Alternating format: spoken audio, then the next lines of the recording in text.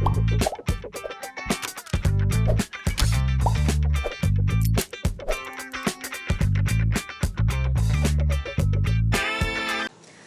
안녕하세요. 추석 연휴도 이제 아쉽게 막바지에 이르렀습니다. 송편도 많이 드시고 즐겁게 지내셨습니까? 반드시 즐겁지만은 않았을 것 같긴 해요. 너는 네. 일이 많아갖고요. 그래도 추석 연휴가 길었지요. 그래서 그러니까요. 5일간이었는데 네. 오늘 추석 연휴의 마지막 날 아닙니까? 그렇죠. 벌써 수요일입니다. 네, 뭐 피곤하고 또 내일부터 다시 일하려고 생각하시면은 머리 아파 하시는 분도 계실 텐데 그래서 활기차게 또 시작하셔야 되는 겁니다. 안녕하세요. 전유혁의 안전 빵빵! 시작합니다. 네, 수요일 순서 시작하겠습니다. 아니 근데 네. 이번 추석 연휴 때 보니까 다들 경기가 안 좋아서 그런지 참 이렇게 좀 어깨가 이렇게 내려가고 이런 것 같은데 네. 아주 많이 팔렸던 게 다름 아닌 소주래요. 근데 영업용은 뭐 35% 정도 판매량이 늘었고 그 다음에 가정용이 무려 39%, 그러니까 40% 정도 가정용의 소주들이 많이 팔렸는데 특히 페트병에 있는 소주가 많이 팔렸답니다.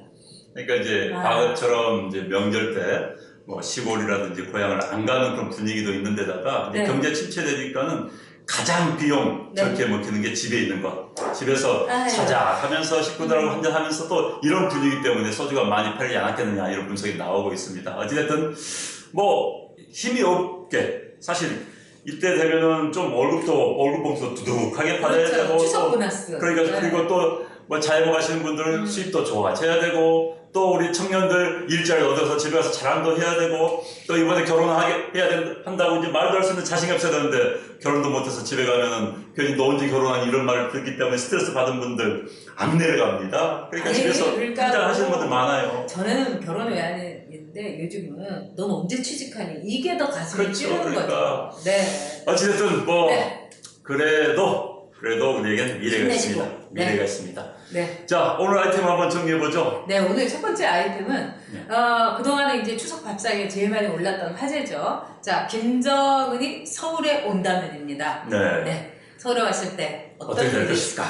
그 다음에 서울에 오기 위한 뭐 김정은의 내심, 속셈은 뭐였을까? 네. 뭐 이런 거 좀 따져보도록 하죠. 네. 그리고 두 번째 주제는 자, 지난번 네.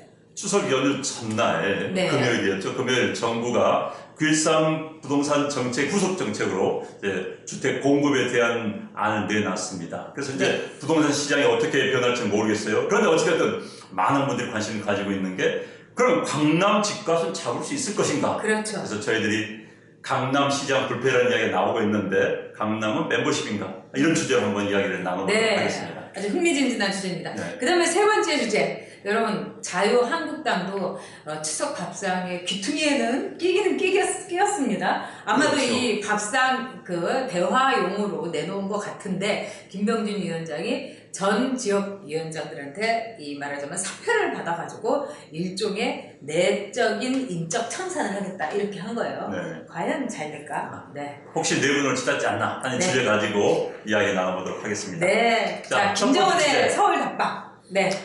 자, 지난주에 있었던 문재인 대통령 평양 방문에서 평양선언이 나왔고 거기에서 김정은 가능한 한 빠른 시일 내에 서울을 가겠다. 그러니까 문재인 대통령이 이 가능한 한 이른 시일 안에라는 이야기는 올해 아니라는 이야기다. 특별한 변수가 아니면 올해 아니라는 이야기다. 그렇다니까 많은 전문가들은 그렇다면은 10월에는 북한에 이제 가끔 국경일 행사들이 많습니다.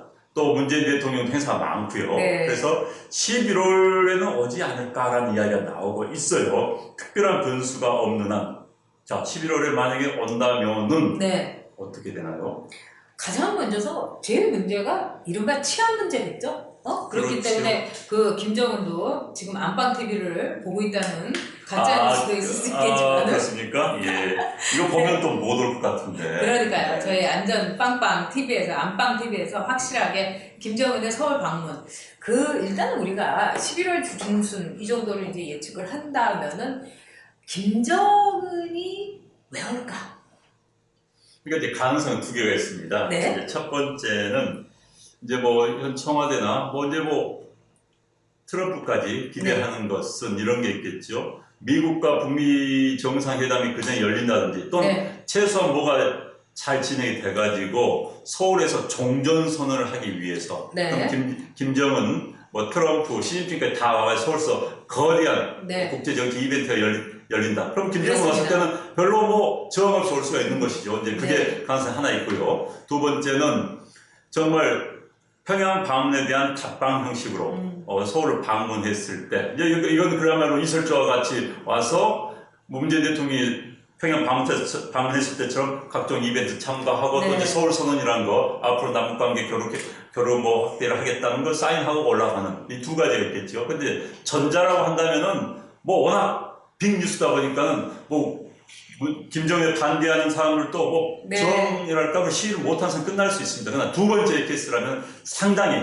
남한 내에서 우리나라 내에서 논란이 있고 우리 여론 자체가 찢어질 가능성이 매우 높습니다. 네, 저는 또 김정일이 답방을 하는데 이렇게 큰 줄기로 볼 수 있지만 또 작은 그 뭐라고 할까요? 강목으로 들어간다면은 이런 것도 있을 것 같아요. 세 번째는 김정은이 끊임없이 추구하는 게 뭐냐면 말하자면 정상적인 사람이라는 거, 정상적인 지도자라는 거 이런 거를 정말 우리 서울에 와가지고 뭐 왔다 갔다 하고 또 뭐 제주도까지 가고 이러면서 35살의 보통 젊은인데 아주 똘똘하고 착하고 겸손하고 우리 동네 사람 이런 이미지를 한 번 더 구축하기 위해서 아주 파고들 거라는 예를 들면 뭐 남대문 시장에도 그냥 불쑥 나타날 수도 있고 이런 생각도 들고요. 그럴 가능성이 그렇게 많아 보이진 않지만 과감하게 한번 시도도 할 거라는 생각이 들고요.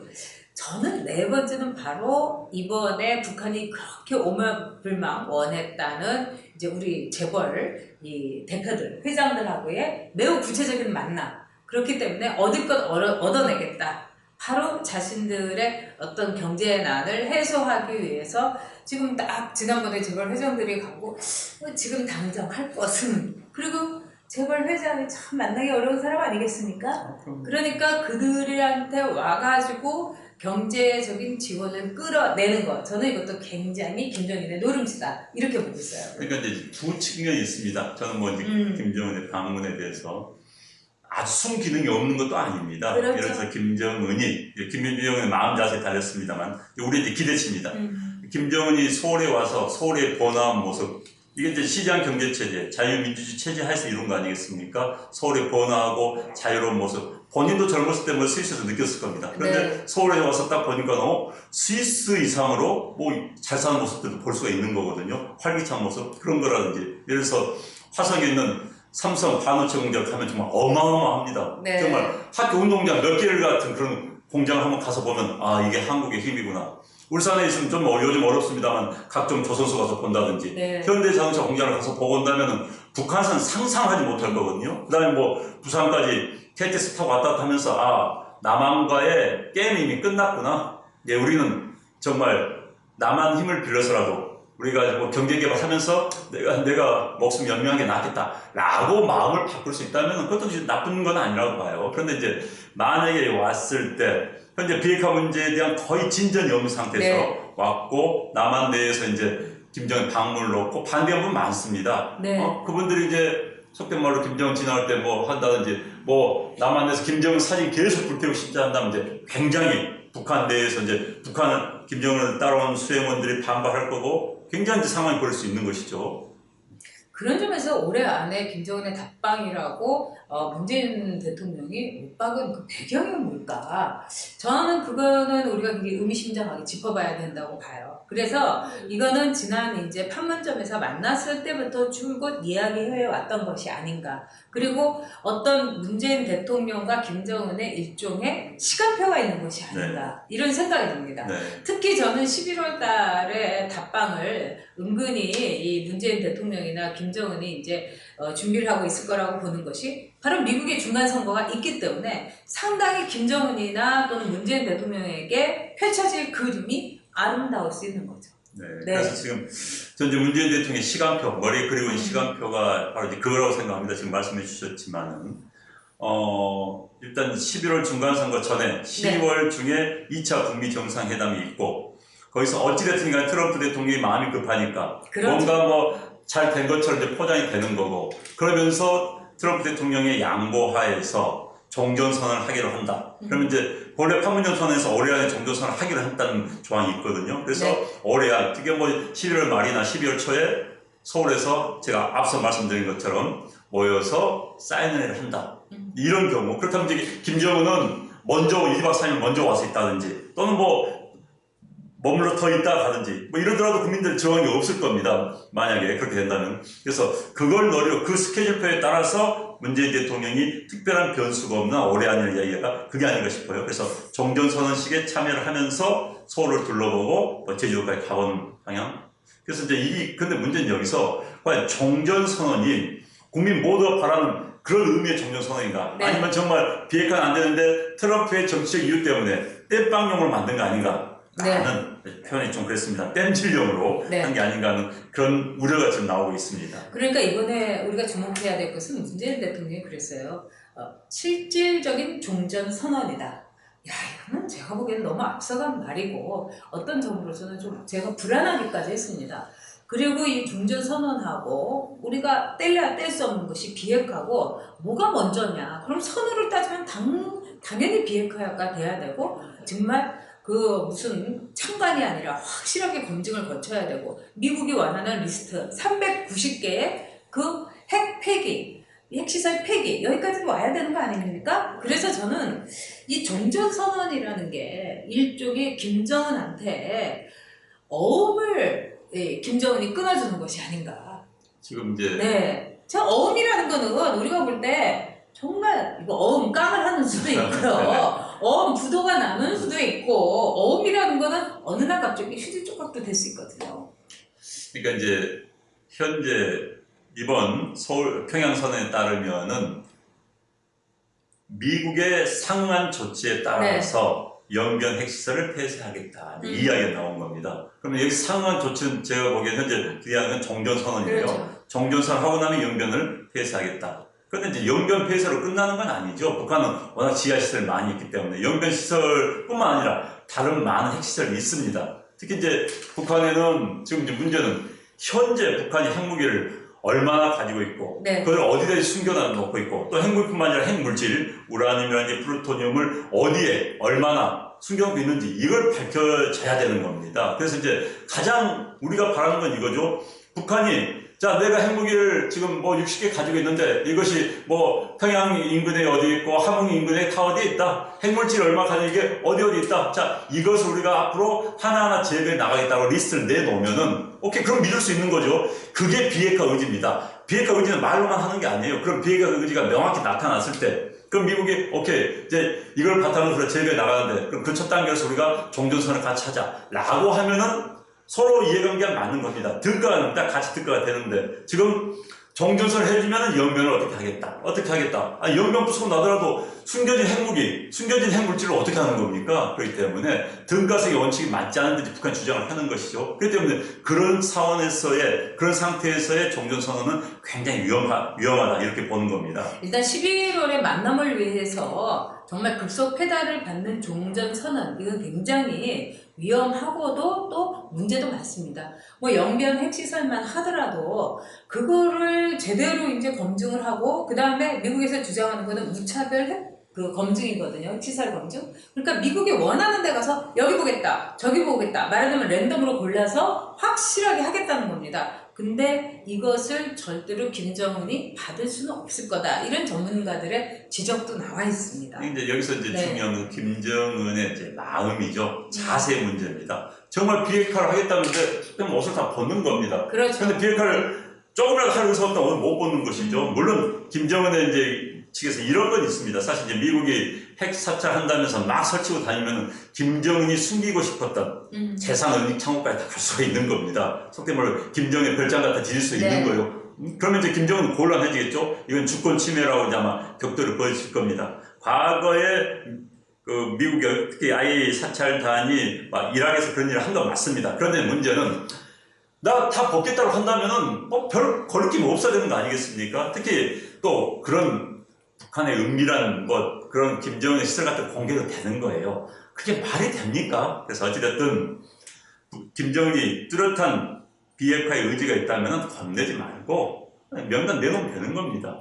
그런데 이제 그걸 안 하겠다고 하면서 질질 끌다가 결국은 시간 보내기, 제가 눈치를 맞으면 애매모호한 상태로 시간 끌기가 아닌가 한 우려가 있는 것이죠. 그렇죠. 문재인 대통령이 그냥 어음 증서만 갖고 어음 딱지만 갖고서 명동에 가서 이거 바꿔달라고 할 때 완전히 그냥 퇴짜 맞는 이런 경우도 있을 수 있습니다. 그리고 북한을 보는 눈은 두 가지가 있어요. 하나는 우리 지난번 그 추석 전날 특집에서 안현환 원장이 얘기했던 대로 정말 이건 사이비 종교 집단, 무슨 왕조 체제다 이렇게 보는 눈이 있고, 두 번째는 북한은 거대한 사적인 김씨 왕조가 경영하는 회사다 이런 얘기가 있습니다.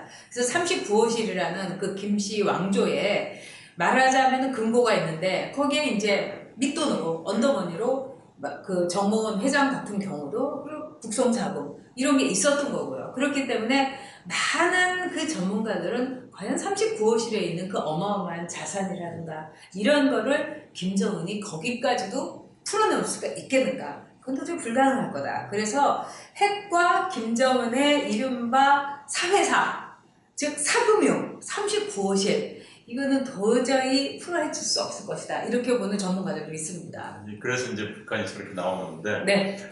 어쨌든 주제를 다시 앞으로 돌아간다면, 서울에 온다면은, 네.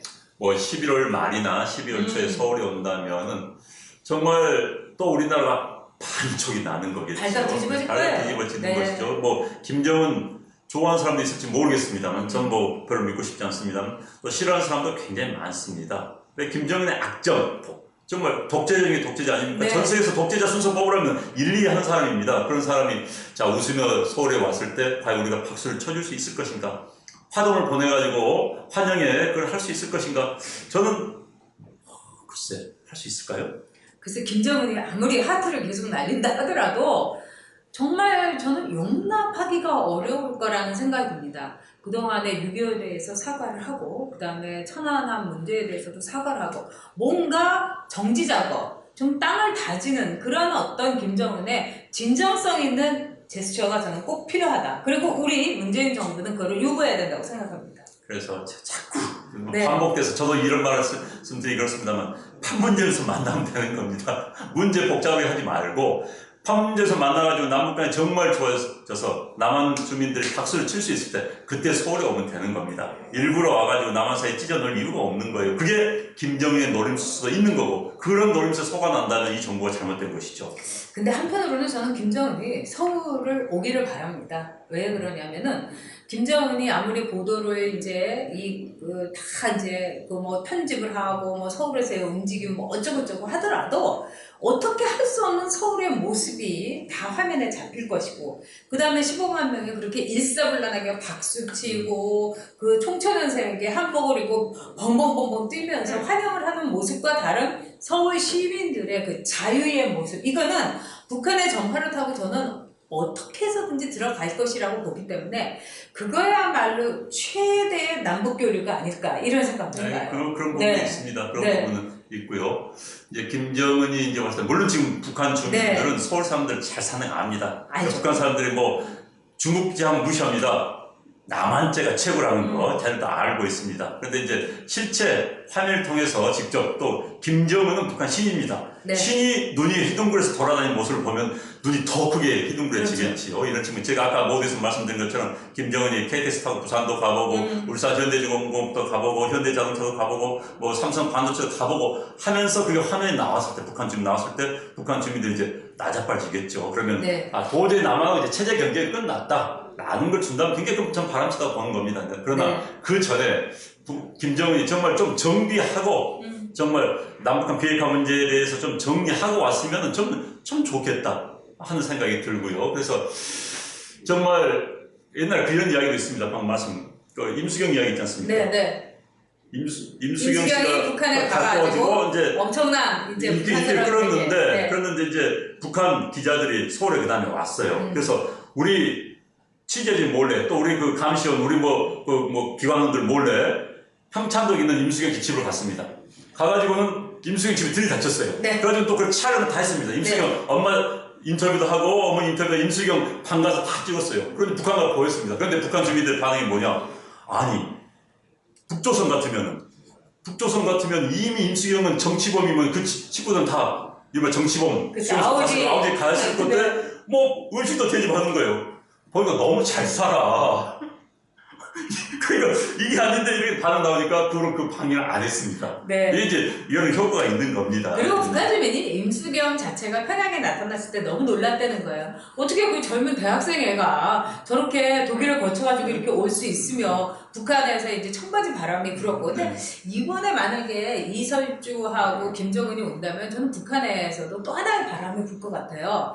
그 이설주가 애용하는 화장품이 설땡수라고 그럽니다. 그렇기 때문에 북한에서 아마도 이 고위층을 비롯해가지고 이 설땡수 공장은 꼭 가보는 이설주의 모습을 볼 수 있지 않을까. 그러니까 네. 이건 이제 서울에 큰 백화점에 쇼핑을 하게 해야 되는 그렇죠. 거예요. 쇼핑하고. 그러니까요. 네. 뭐 우리 가서 이제 뭐 우리 무슨 코엑스도 그러니까 가보고, 네. 가서 쇼핑도 하고 먹어보게 할 필요가 있습니다. 전 이번에요. 네. 김정숙 여사께서 여사. 네, 여사님께서 우리나라 제일 잘하는 미용사 네. 분장 화장 잘하시는 분 딱 모시고 가가지고 이설주 씨를 옆에 메이크업 딱 시켜가지고 머리를 딱 해준 겁니다.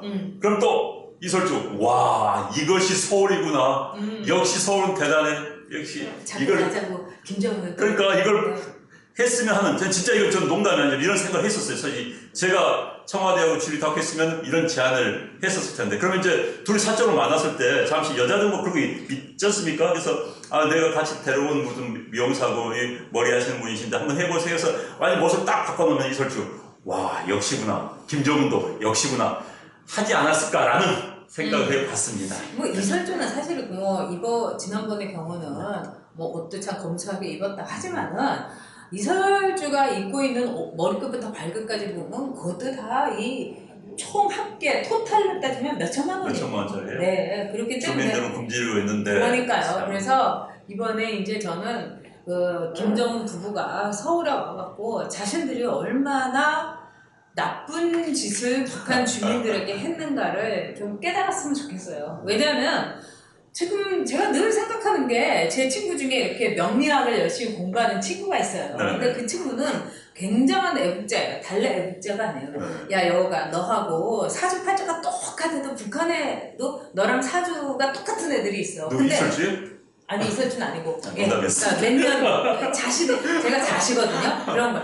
근데 그 사람은 지금 삐쩍 말라있을 거고 너는 그래도 다이어트 맨날 신경 쓰는 거 아니냐. 그러니까 개인의 운을 말하자면은 구분을 못 넘어서 하는 거예요. 그런 점에서 정말 김정은 부부가 서울에 와갖고 서울의 자유의 힘이 얼마나 대단한가를 그리고 우리 대한민국의 국민들이 얼마나 애국적이고 또 우리가 미래지향적으로 살고 있는가를 좀 봤으면 좋겠어요. 네. 네, 이제 참 복잡한 문제입니다. 방금 이렇게 김정은이 서울에 와서 많은 느끼고 한다는 장점이 있는가 하면 또 이제 김정은 오기 때문에 또 우리 내부에서 또 문제가 생길 수 있는 거고 또 국면이 분열될 수 있는 거고 김정은이 오면은 PT를 좀 받게 했으면 좋겠어요. 헬스클럽에 가가지고 그렇죠. 우리나라 최고의 헬스 트레이너가 교육을 일주일만 시켜가지고 한 10kg, 10kg 쫙 뺀다. 그렇죠. 우리 헬스 선생님, PT 선생님 한번 붙여줄까 봐요. 그런데 이제 그럼 5kg는 빠져갖고 가는데 2박 3일이라고 다리 쩔뚝거리면서 가는 거 아니에요? 아니 그러니까 기구를 갖고 운동을 하면 돼요. 근데 정말 너무 심각하더라고요. 심각하대요. 진짜 그 정도는 매우 심각합니다. 네. 자기 아버지보다 더 심하고 할아버지보다 더 심한 건데 제 건강이 그 나이에 그 정도면 매우 심각한 거예요. 34살에 그러니까 건강 한 120이나 130kg 정도 될 거라고 전문가들은 얘기하잖아요. 그러니까 이제 본인이 의도적으로 그런 부분도 있는 것 같아요. 그러니까 이제 이렇게 해야 좀 무게감, 카리스마를 한다고 생각도 할 수 있는 것 같은데 어쨌든 좀 심각합니다. 식탐이 있는 건 분명합니다. 네. 자, 이거 주제를 좀 넘기시죠. 네. 자, 여러분께서 너무나 많은 성원으로 저희 안방TV가 엄청나게 성장하고 있습니다.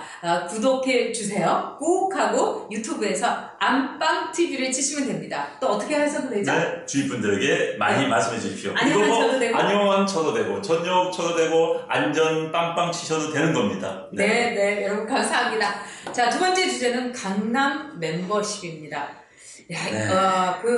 며칠 전에 김현미 장관이 직접 발표를 했었죠. 네. 그래서 이른바 강남 불패를 깨버리겠다고 하면서 2기 신도시 그에 이어서 말하자면 이거 3기 신도시가 되는데 네. 네, 그걸 발표를 했습니다. 네. 뭐 판교, 화성, 그 그렇죠. 다음에 네. 뭐 개포동, 그 다음에 뭐 성동 구치소 자리 이렇게 했는데 뭐 여러분도 뭐 뉴스 들으셨겠지만 전문가들로선 이거는 너무 역부족이다 이렇게 얘기를 하고 있습니다. 네, 그러니까 이제 네. 발표를 한 게 그러니까 현재 일산과 분당의 중간지대, 네. 그 중간지대 이제 너다 4개, 5개 정도의 미니 신도시를 만들겠다. 그러니까 이게 평균 이제 뭐 100만 평짜리 정도. 그러니까 네. 지금 말하면 이제 송파에 있는 미래 신도시 정도를 만들겠다는 거고요. 그 다음에 이제 서울이나 수도권은 이른바 짜투리 땅들, 짜투리 땅에 그 17군데 3만 5천 가구를 네. 공급하겠다. 이런 이야기입니다. 그래서 이제 이에 대해서 지금 아직 평가가 좀 엇갈려요. 그러니까 이게 현재 강북이나 수도권의 집값이 오른 것은 어느 정도 심리적으로 막을 수 있겠지만 강남은 과연 집값 급등을 막을 수 있을 것인가? 라는 의문점을 지금 전문가들이 제기를 하고 있습니다. 그렇습니다. 전문가들이 이번에 성동구치소 자리라든가 또는 개포 재건마을 여기는 어떻게 보면은 강남에 근접해 있기 때문에 이거는 굉장히 좋다 이렇게 얘기하는데 강남 지역이죠. 문제는 뭐냐면은 너무나 원하는 사람에 비해서는 물건이 부족하다는 거예요. 뭐 3기 신도시는 뭐 나중에 할 얘기고 그렇고 여기서 중요한 것은 부동산, 특히 아파트라는 것은 상품이라는 겁니다. 그러면은 즉 사고 싶은 사람들이 사겠다는 사람들이 사고 싶은 상품을 내놔야 되는데 이런 상품을 가지고는 오히려 풍기 현상만 더 결과적으로 가져오는 거 아니겠느냐. 왜냐면 또 시장이 이렇게 벌벌벌 또 이렇게 불타오를 수도 있는 거예요. 네. 그러니까 지금 이제 판교급, 판교는 사실 인기가 굉장히 좋습니다. 네. 판교급의 신도시가 이제 들어서면 서울 주위에 들어선다면 아까 말씀드린 것처럼 이제 강북에 대한 수요권, 먼저 수도권의 월 수요권 어느 정도 커버를 할 수 있겠죠. 네. 현재 많은 분들이 이제 필요로 하는 아파트, 오는 아파트는 교육 여건 좋고 입지 조건 네. 좋은, 즉 교통 조건 이런 데에 있는 새 아파트를 원하는 겁니다. 그러다 보니까 이제 강남 지역이라든지 이렇게 집값이 오르고 있는데 이제 문제는 강남입니다. 강남 3구 또는 강남 4구도 하죠. 지금 네. 강동까지 포함해서 여기에 대한 사람들의 수요를 이걸로 누릴 수 있을 것인가? 네. 근데 많은 전문가들은 글쎄요라고 이야기를 하는 겁니다. 사실 강남은 이제 우리 사회에서 묘한 특수 지역구가 돼버렸어요. 수요에 그렇죠. 대한 욕구 이런 네. 게. 그래서 강남 부심이라는 얘기가 있어요. 요새는 뭐 이 자부심을 빼고 그냥 강남 부심 이렇게 얘기하는데 실질적으로 강남에 대해서 사람들의 그 인식이 아주 그 급격하게 변화하고 있습니다. 그 2013년의 경우는 강남에서 SNS에서 강남이 언급되는 수가 한 200만 명 정도였는데 2017년 작년만 할 때 656만 명. 그러니까 거의 3배, 4배 가깝게 막 가파르게 강남이라는 게 화두가 되고 있는 겁니다. 그 다음에 강남의 금수저에 대한 사람들의 인식 2016년 불과 2년 전만 하더라도 어처구니 없다였습니다. 그런데 2018년의 경우는 부럽다예요. 그래서 강남은 부러움과 성공의 상징이 돼버렸어요. 그리고 이런 말도 있잖아요. 애들 뭐 장가 보내기 전에 그래도 강남에 있는 집은 팔면 안 된다 라든가 이게 참 우리가 보기에 어처구니 없었던 일이 이게 현실이 됐는데 강남에 산다. 이게 강남 멤버십, 즉 강남에서 산다는 게 어떤 특권, 어떤 성공의 증표 이렇게 된 거는 사실인 것 같죠?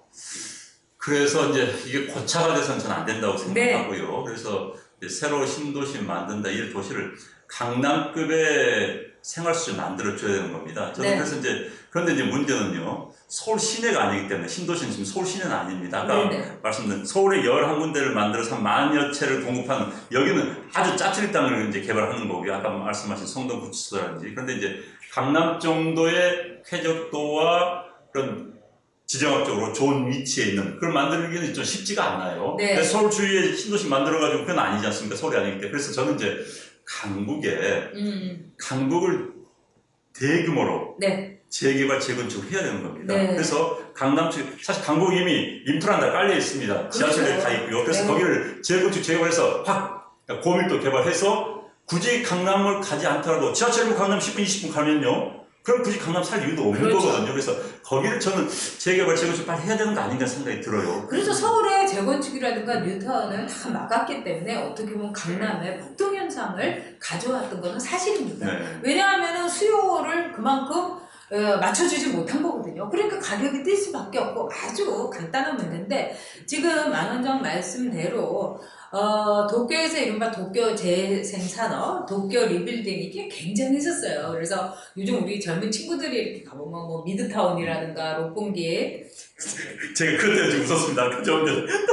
닉본기 제가 옛날에 좀 그런 적이 있었습니다. 제가 일본의 저희 좀 롯본기는 무식함을 좀 제가 좀 토로한 적이 있었습니다. 이럴 때 귀염이 터지는 겁니다. 근데 그렇게 네. 해가지고 굉장히 어떻게 보면 도쿄가 새로운 옷을 입고 그러니까요. 더 활발한 그 도시가 됐고 2002년 도쿄 올림픽에 촉매제도 됐고 네. 그렇습니다. 왜냐하면 낡고 뭐 어둡고 침침하고 뭐 꼬질꼬질한 도쿄가 아니라 도쿄 말하자면 황골탈퇴했던 거죠. 그런 점에서 서울이라는 도시는 저는 굉장히 서울을 사랑을 하는데 아주 이 세계인들이 보기에 서울은 이렇게 아주 그냥 뭐라 할까 막 활기차고 에너지가 그럼요. 넘치고 이런 곳이잖아요. 사람들도 그래요. 도쿄에 이렇게 가면 사람들이 다 앞만 보고 가요. 그런데 서울 사람들은 눈이 이글이글해갖고 어디 뭐 만날 사람 없나 뭐 먹을 거 없나 뭐 이러면서 막 불타고 있잖아요. 그런 불타는 도시 서울의 장점을 저는 서울의 강남을 우리가 뭐라고 하고 뭐 없앤다 뭐 차를 같이 안 마신다 이런 마이너스적인 감성이 아니라 그래 강남 못지않게 만들자 그럼요. 이렇게 됐으면 좋겠어요. 사실 저도 지금 저희들 방송하는 스튜디오에서 멀리 지금 북한산이 보입니다. 북한산 네. 보이는데 인구 1000만 명이 넘는 전 세계 대도시 가운데서 산을 끼고 있는 그것도 산도 야산이야 1000m급의 그렇죠. 산을 끼고 있는 도시가 없습니다. 네. 장담컨대 1000만 명 도시는 없습니다. 네. 서울은 게다가 이 넓은 시원 한강이 흐르고 있는 그렇죠. 이런 도시가 없습니다. 그리고 서울이요 이제 재밌는 게 있어요. 우리가 이제 서울시내면 공원화율이 낮다 합니다. 네. 낮습니다. 그러나 실제로 우리 통계로는 굉장히 높아요. 왜 높은지 아십니까? 서울에 많은 산들이 있기 때문에 네. 우리 동네 뒷산들 많이 있지 않습니까? 네. 그래서 이런 입지적인 조건 가진 도시가 많지가 않아요. 그럼요. 그래서 이제 서울을 좀 개발하는데 제가 앞서 말씀드린 것처럼 역세권을 고밀도 개발, 이제 특히 이제 강북에 있는 역세 고밀도 개발해서 거기다 제가 보면 한 100만 채씩 공급한다. 쉽게 말해서 한 100여 군데 만 채씩만 지어도 100만 채 되는 거 아닙니까? 10여 군데 뭐 10만 채는 아니더라도. 네. 근데 그렇게 하면은 강남 집값 떨어뜨릴 수가 있는 거예요. 물론 이제 이런 걱정을 하는 겁니다. 그러면은 또 그 동네 집값 올라서 또 누군가 돈 버는 거 아니냐라는 우려는 분명히 있을 수 있습니다. 근데 이익 환수를 체계적으로 하면 되는 겁니다. 네. 그리고 너무 누군가 돈 벌기 때문에 죽어도 개발 안 돼. 이래서 정책을 펼 수가 없는 거예요, 사실. 자, 10명 이익을 보는데 한 명이 누군가 이제 이익을 엄청나게 많이 본 사람이 있다. 그렇다면 그 한 명 때문에 우리는 10명 이익 보는 것을 팔 수가 없어. 이런 정책은 안 되는 것이죠. 누군가 이익 본 사람이 있습니다. 저는 뭐 이 강북에 뭐 그런 거 없습니다. 그래서 저는 강북의 역세권을 중심으로 고밀도 개발해서 정말 주상복합을 쳐서 올리면은 강북에 수많은 지하철이 있지 않습니까? 거기 한 네. 10,000대씩만 기준으로 툭 올리면은 굳이 강남 가서 살 이유도 없고 비싼 강남도 안 가더라도 좀 분산해야 되지 않을까 하는 생각을 가지고 있어요. 그래서 네. 강북 지역의 재구축 재개발에 대해서 너무 그렇게 아니다. 그건 너무 거부하는 건 아니었. 그러니까. 좀 버렸으면 하는 생각이 근데 듭니다. 장하성 실장이 이런 전문가적인 견해를 좀 들어야 됩니다. 자기는 강남 살면서 강남에 꼭 살아야 되냐고. 왜? 강남에서 지금 말하자면 사람들이 원하는 지금 당장 원하는 숫자만 해도 30만 호입니다. 그리고 그 집을 살 수 있는 가구는 100만 가구나 돼요. 이런 점에 있어서 좀 현실적인 정책을 펼 필요가 있습니다. 그 다음에 박원순 서울시장도 무조건 뉴타운 안 된다. 저는 뉴타운 정책은 마치 이명박 그 전 대통령의 정책이기 때문에 거기에 대해서 일종의 색안경을 끼고 본 건데요. 뉴타운이 필요한 지역이 정말 많습니다. 왜 그러냐면 옛날 구도심 같은 데는 불이 나게 되면은요 소방차가 들어갈 수가 없어요. 굉장히 위험합니다. 이렇게 되면은 정말 어느 한순간에 엄청난 비극이 일어날 수가 있습니다. 그렇기 때문에 우리가 이 집에 대한 생각, 이거는 우리 삶에 대한 생각하고 같습니다. 근데 또 체제에 대한 생각하고 같습니다. 시장 경제적인 마인드로 봐야 되는 거죠. 왜? 집은 상품이기 때문입니다. 사는 사람 많으면은 거기에 맞춰서 많이 만들어서 공급을 해야 되는 거예요. 이런 점을 지금의 좌파 성향의 정권, 또 사회주의적인 사고에 굉장히 젖어있는 그런 하나의 정책 개발자들이 이 시장을 왜곡시키고 있다는 거. 전 그게 제일 큰 문제라고 봐요. 그러니까요. 지금 이제 자꾸 이제 주택 보급률 이야기하는 사람이 있습니다. 이 보급률은 많이 넘어섰죠. 네. 그러면 이제 필요한 집이 없기 때문입니다. 게다가 이제 우리가 가구 수가 네. 1인 가구, 2인 가구 굉장히 늘어났어요. 특히 이제 젊은 맞아요. 분들, 젊은 분들은 이제 우리 뭐 낡은 연립주택 가기 싫어하는 겁니다. 좁더라도 쾌적한데, 그렇다면 제가 말씀드린 것처럼 뭐 역세권 중심으로 해서 10평짜리, 15평짜리 조그만 아파트들을 계속 공급하면 되는 겁니다. 1인 가구도 충분하거든요. 네. 2인 신혼부부 충분히 살 수가 있습니다. 얘 하나 있다고 살 수 있는 거예요. 그런 아파트를 뭐 넓은 평수 40평, 50평 공급하자는 이야기가 아닙니다. 앞으로 이제 가구 수, 가족 수가 계속 줄어들기 때문에 그런 아파트를 수도권에, 역세권에 공급해 줘야 되는 겁니다. 근데 여기에 대해서는 과감한 정책적 마인드의 변화가 좀 필요하다는 생각이 들어요. 근데 자꾸 여기를 이제 뭐 누가 돈 버니 이런 식의 사고를 좀 떨어뜨리고 과연 전제 항상 주택 정책도 젊은 세대들에 맞춰야 되는 겁니다. 그렇죠. 아니 얘기 안 나는 이유가 뭡니까? 직장 못 가고 집을 못 가니까. 또 직장 있는 사람들도 집이 없기 때문에 결혼을 못 하는 거예요. 그분들한테 저는 15평짜리 아파트 있지 않습니까? 2명 충분히 삽니다. 요즘 구조를 잘 만들거든요. 설계 잘하기 때문에 15평짜리에서 방 2칸짜리 주면 결혼합니다. 왜 안 합니까? 그걸 아주 싸게 서울에 평당 1,000만 원짜리 공천 할 수 있다고 봅니다. 네. 고층 올리면요, 정말. 그래서 그거 좀 평당 아니면 2,000만 원도 좋아요. 네. 1,500만 원도 좋아요. 그래서 그렇게 해서 공급을 하면 참 좋겠다는 생각이 들어요. 그리고 부동산 경기를 이렇게 위축시킨다는 것 자체가 반시장적인 겁니다. 예를 들어서 집이 하나가 거래가 되잖아요. 그럼 약 200여 종의 새로운 사람들이 일자리를 찾게 됩니다. 그러니까 부동산 경기를 이렇게 위축시키고 아예 거래 절벽을 만들어 놓으면은 정말 200여 종의 업종에 종사하는 분들이 정말 배를 골게 되는 수가 있습니다. 그렇기 때문에 시장에다가 활기를 준다는 뜻에서도 한번 지금 정부가 오로지 미래를 생각하고 좀 전향적으로 생각했으면 좋겠어요. 네. 오늘 뭐 수요일입니다만 다들 뭐 했냐 그러면 방 꽂겠다 이러면서 정말 페트병 소주에 술만 마시면서 울분을 토하는 젊음을 두는 사회, 이건 건강한 사회 아니지 않습니까? 그리고 이제 현실을 인정할 필요가 있습니다. 네. 자, 강남은 멤버십이다. 이걸로 결론을 내리겠습니다. 근데 그 멤버십을 서울 멤버십으로 확대를 좀 그러니까 했으면 강남이 좋겠습니다. 멤버십이 안 되는 사회를 만들어야 되는 그렇죠. 겁니다. 네.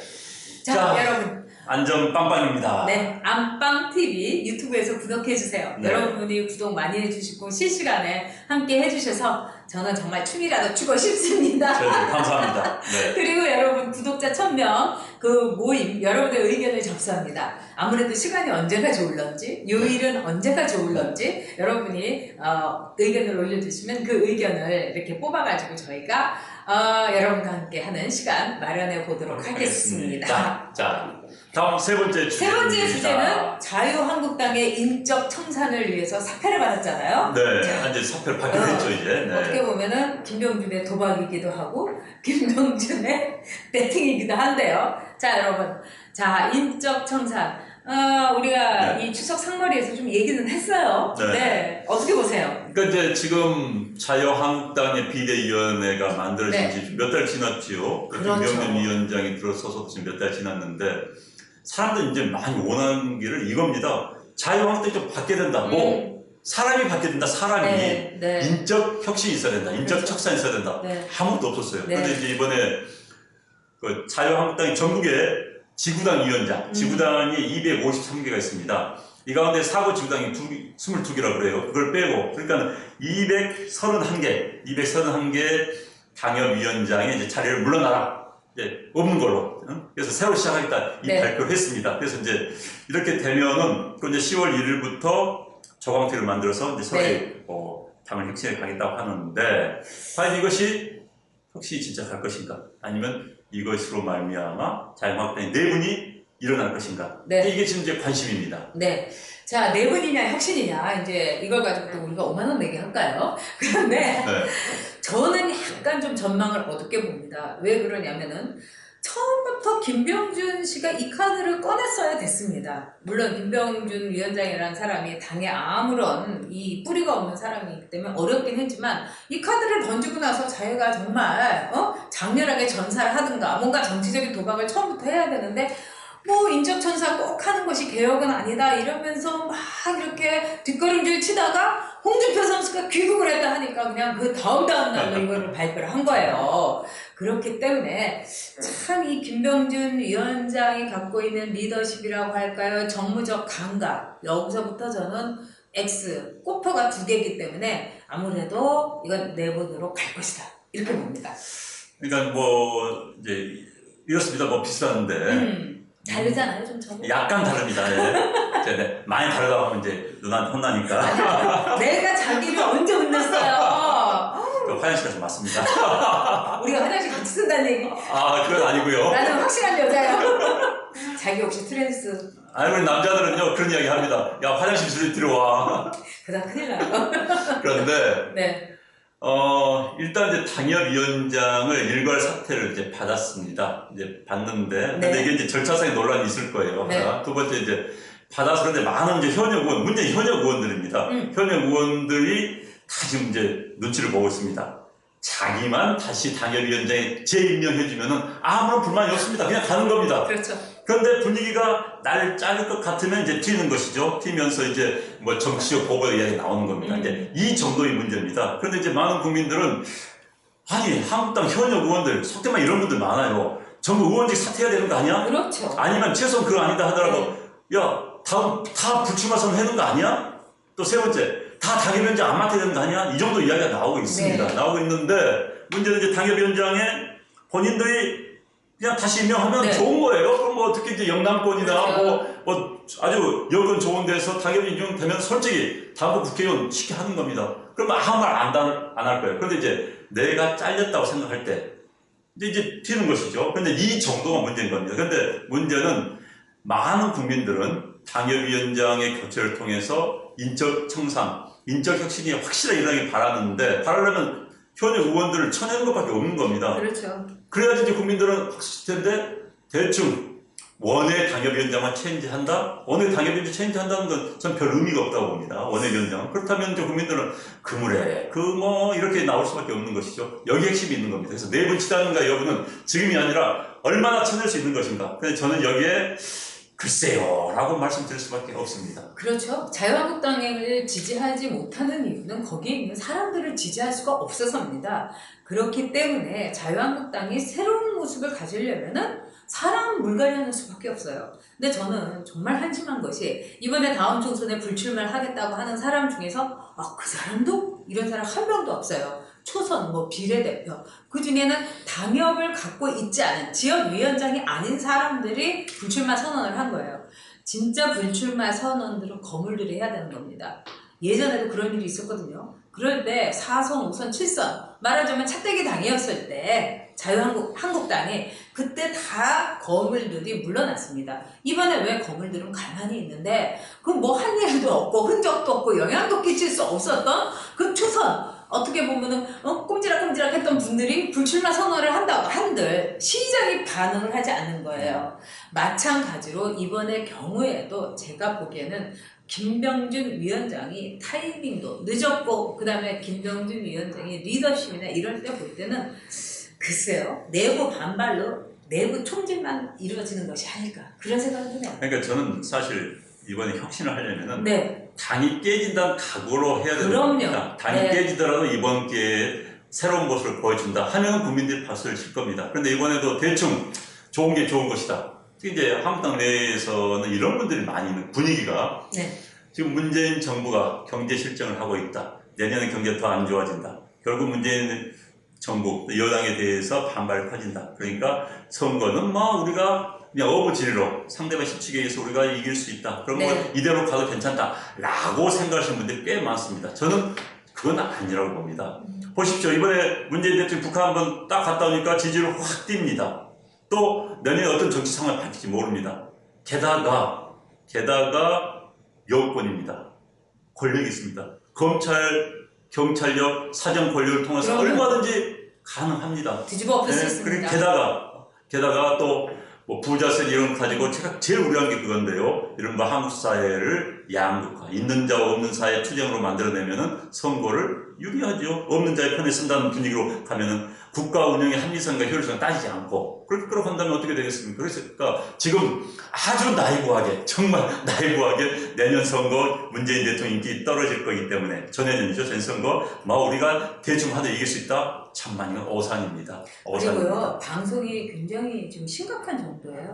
뭐 우리에게 내일은 없다 이렇게 생각하고 내일이라는 말을 입에 담지 않는 것이 문재인 정권이지만은 방송에서는요 오늘 밤 김띵동 이래가지고 문재인 정부에 대해서 정말 잘한다. 그 다음에 이번에 지난번에 이제 정상회담이라든가 또는 경제 문제라든가 여기에 대해서 방송이 거의 세뇌 수준으로 밀어 제끼고 있습니다. 그렇다면은 방송이라는 건 여러분 우리가 이렇게 유튜브에서 서로가 댓글도 주고받고 이러면서 생각하면서 보는 유튜브가 아니라 일방적으로 밀어붙이는 그런 한 미디어로서의 방송의 기능만으로 일관을 하게 된다면은 선거 어떻게 될지 모릅니다. 그리고 참 중요한 것은 바로 경제 문제인데요. 지금 뭐 이낙연 총리도 뭐 금리를 올린다 어쩌다 하는데 금리 쉽게 못 올립니다. 왜 그런지 아세요? 우리나라 가계부채가 세계제 1위입니다. 가계부채가 폭탄이 될 수가 있어요. 그럼 금리 못 올리죠? 이렇게 되면서 가난한 사람들을 계속 저기 절벽으로 몰아세우고 그러면 이분들은 어떻게 됩니까? 정부한테밖에 기댈 수가 없게 되고요. 이래서 악순환을 불러일으킬까 해서 저는 그게 제일 큰 걱정입니다. 네. 이거 가지고 자유한국당이 무슨 저기 경제를 자기네들이 이득을 보겠다고 해요. 그리고 그런 사고 같은 게 저는 진짜 괘씸해요. 자유한국당. 그리고 이제 특히 이제 미디어 같은 네. 말씀 저희가 네. 다시 한번 강조를 하면요. 네. 방송 장악. 역대 정부에 다 방송이 자기 편이 들기를 원했습니다. 그리고 장악 음모를 가지고 있었던 건 사실입니다. 그런데 네. 이제 이 정부 들어와서 굉장히 노골적이죠. 왜냐하면은 방송을 일마 과거 노조 활동했던 분들이 장악을 했기 때문에 네. 거의 방송을 지금 잘 운영하는 분들하고 지금 운명 공동체가 돼버린 거예요. 그렇죠. 이런 말씀도 뭐지만 이익 공동체가 돼버린 겁니다. 또 과거에는 방송의 수뇌부, 아주 수뇌부와 정권과 이익 공동체의 수는 있었어요. 그런데 이제 어떤 평 직원까지 노조와 맞물려 가지고 그 큰 집단 자체가 이익 공동체가 돼버린 겁니다. 그러니까 이 정권이 무너지면 내가 손해를 본다라고. 이건 언론이 해야 될 생각이 아닌 것이죠. 권력 감시가 언론의 가장 큰 기능 가운데 하나입니다. 그런데 권력 감시라기보다는 이 권력이 무너지면 내가 다칠 수가 있다라는 생각을 하는 거. 정말 위험한데 지금 많은 언론사, 특히 방송사 이런 생각이 팽배해 있습니다. 네. 그래서 지금 뭐 각종 방송 프로그램 보면 좀 우려스러운 것이 많아요. 그렇죠. 그래서 뭐 이제 뭐 현대사를 재점검하는 식으로 해가지고 현 정권에 입에 맞는 그런 보도를 골라 하면서 팩트도 이제 그렇습니다. 팩트도 필요한 것만 정리하면 굉장히 그럴듯해 보이는 거예요. 전번에 제가 보니까 뭐 KBS에서 네. 88 올림픽을 재점검하면서 88 올림픽이 모든 악의 근원인 것처럼 묘사된 걸 제가 봤습니다. 여기 보니까는 뭐 물론 전두환 대통령이 뭐 체제 뭐 그런 것도 맞물려 있었어 사실입니다. 그렇지만 어린애들이 동원돼 가지고 뭐 마스게임 한 것이 뭐 착취다 이런 식으로 보도했는데 이번에 북한에 가서 북한 사람 얘들 돈 벌어 먹으려고 그러니까. 이번에 88 네. 올림픽 때 돈 벌러 한 거 아닙니다. 국가적 행사에 사실 도움은 된 건 맞아요. 그러나 북한에서 지금 하는 것은 돈 벌기 위해서 꼬마애들 돈 벌기 위해서 지금 매스게임 하고 있는 거 아닙니까? 그런데 그것을 보고 감동 먹었다 하는 거? 왜 그런 걸 지적하지 않습니까? 그러니까요. 이런 식인 거예요. 엠버리 마스게임 아닙니까? 그러니까 그리고 이런 식의 이제 보도가 네. 나오기 때문에 우려가 되는 겁니다. 그래서 한국당 사람들 네. 제가 정신 똑바로 차려야 돼요. 지금 언론 상황에서는요 아무리 잘해도 별로 잘 안 될 수가 있고 얼마든지 뜻대로 안 될 수가 있기 때문에 뭐 이대로 뭐 상대방 실축에 의해서 우리가 잘 되겠지 정말 오산 중에 오산입니다. 본인들이 확실하게 혁신하고 확실하게 탈바꿈하지 않으면 국민들 그래 그 나무에 그 밥이다 이렇게 생각할 수밖에 없습니다. 그리고 자유한국당 사람들은 중대선거구를 그 타겟 보면서 그렇다면 마르고 닳도록 마치 이해찬 대표가 마르고 닳도록 우리가 집권할 수 있는 것처럼 마르고 닳도록 국회의원 할 수 있다고 생각하는 것 같아요. 중대선거구를 해갖고 하면은 어디든지 2등 당선을 해갖고 완전히 2등 정당으로서 자리매김을 하면서 나만 국회의원 하면 된다.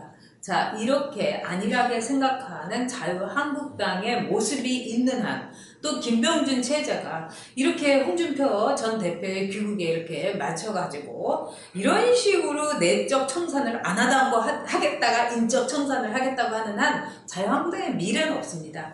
정말 그 전신인 이름도 자주 바꿨지만은 한나라당에 있어 정말 제가 제 목숨을 바쳐도 아깝지 않다고 했을 정도로 저는 한나라당에 있을 때 제 최선을 다했습니다. 근데 지금의 자유한국당을 보면은 솔직히 슬프고요.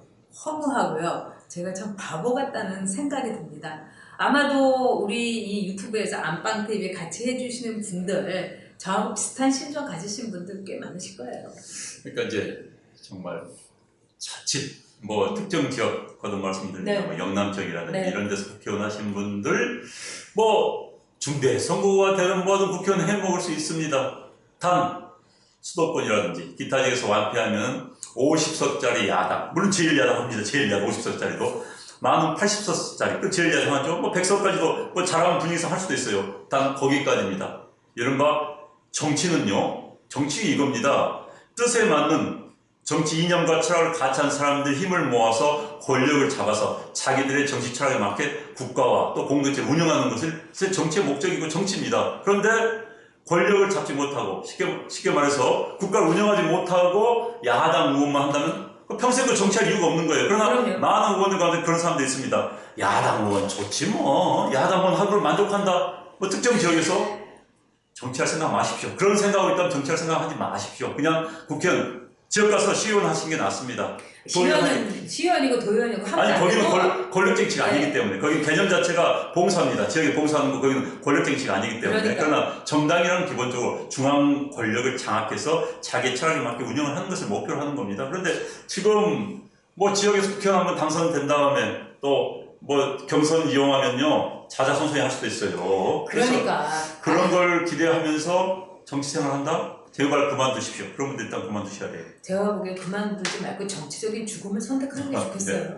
뭐 전직 이 국회의원이 제가 얘기를 들었더니 동대표로도 나오고 아파트 동대표로도 나오고 그런다고 그러는데 얼마나 권력이 좋으면 내 한 줌의 권력이라도 잡겠다는 이 추함, 여기에서 저는 무엇보다도 자유한국당 국회의원들이 벗어나야 된다고 생각합니다. 자, 뭐 이해찬 그 대표 얘기하는 거 정말 거슬리죠. 그렇지만 거기는 희생을 했던 사람들이 있는 거예요. 10년을 기다려온 사람도 있고 정말 와신 상담한 사람들이 있고, 근데 자유한국당 국회의원들 뭐 했습니까? 그런 점에서 저는 자유한국당 국회의원 중에서 정말 3선 이상은 다음에는 출마해서는 안 된다고 봅니다. 그래서 여러분들이 2022년 국회의원 선거 때 확실하게 집으로 보내주시기 바랍니다. 그 수밖에 없어요.